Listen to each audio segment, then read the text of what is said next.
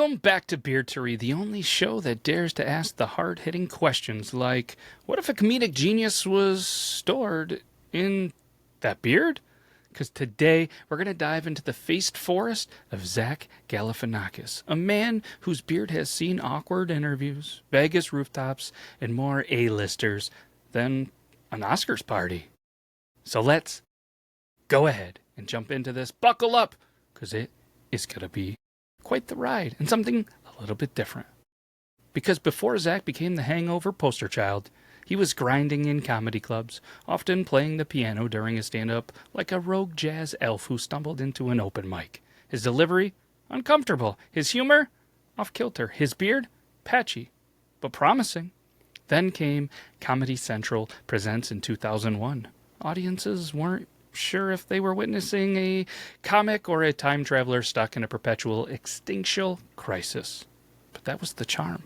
And as the jokes evolved, so did the beard. Then came a little role you might have heard of around 2009, The Hangover. It didn't just change Zach's career, it launched his beard into superstardom.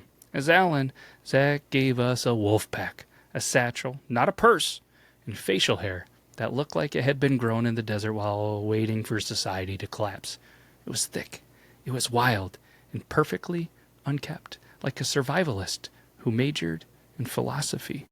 He wasn't just funny, he was funny, and bearded, which instantly made him an icon in the cult of face fuzz. Then came Between Two Ferns, the fake interview show that somehow pulled real guests into Zach's absurdist dimension of slow zooms, social anxiety, and deadpan insults. His beard, now fully in its prime, became a character of its own, silent but omnipresent, absorbing awkwardness like moss on a stone. Barack Obama sat across from that beard. That's wild to me, isn't it? Brad Pitt, he got spit on by that beard. Well, that's even more wild, isn't it? Benedict Cumberbatch had to hear, "Is that your real name?" while staring into the bristles of comedy chaos. In recent years, though, Zach has quietly stepped back from the limelight. He lost weight, trimmed the beard, and moved to a farm in North Carolina. Yeah, seriously, how that happened. But remember, and make no mistake, when the beard is called upon, it returns, like a wizard who only appears when the kingdom is most in need of uncomfortable silence. All right, it's that moment you've been waiting for. It's the time where we go ahead and we're going to rank Zach's beard using our sacred 5-category system. Fear factor is number 1. Wisdom points, intimidation level, thickness and wildness, and historical impact. So let's jump right into this. Fear factor. Let's be honest. Zach's beard isn't intimidating. It's like a dad who wandered into a PTA meeting by accident. But he might say something so weird it maybe haunts you later. For me, this is a 3.1 out of 10 for fear factor. Let's go ahead, let's keep it moving, let's jump into the wisdom points.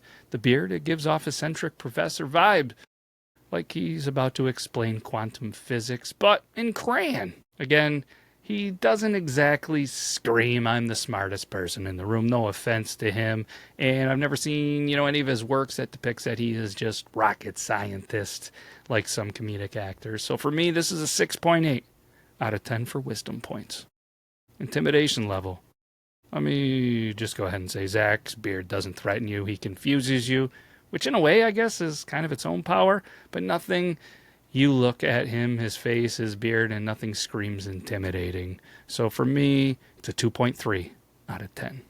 But thickness and wildness, this is where he's going to get his highest score, because at its peak in Hangover, the beard is dense, it's thick, it's the kind of beard that looks like it grows from pure chaos. It is a definition almost of thickness and wildness.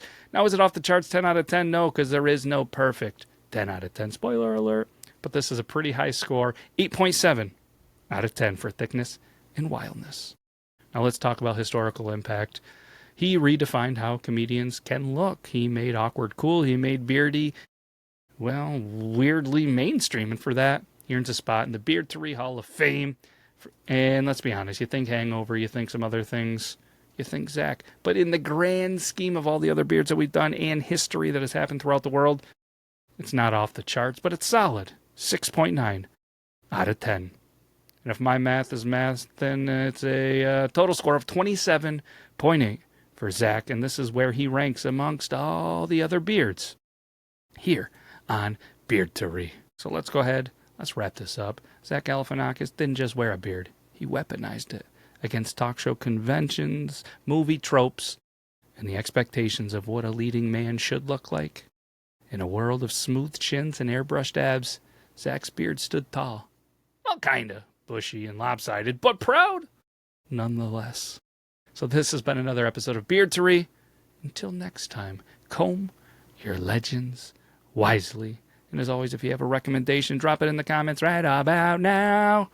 Can't thank you enough. We'll do this again next week. Take care, everybody.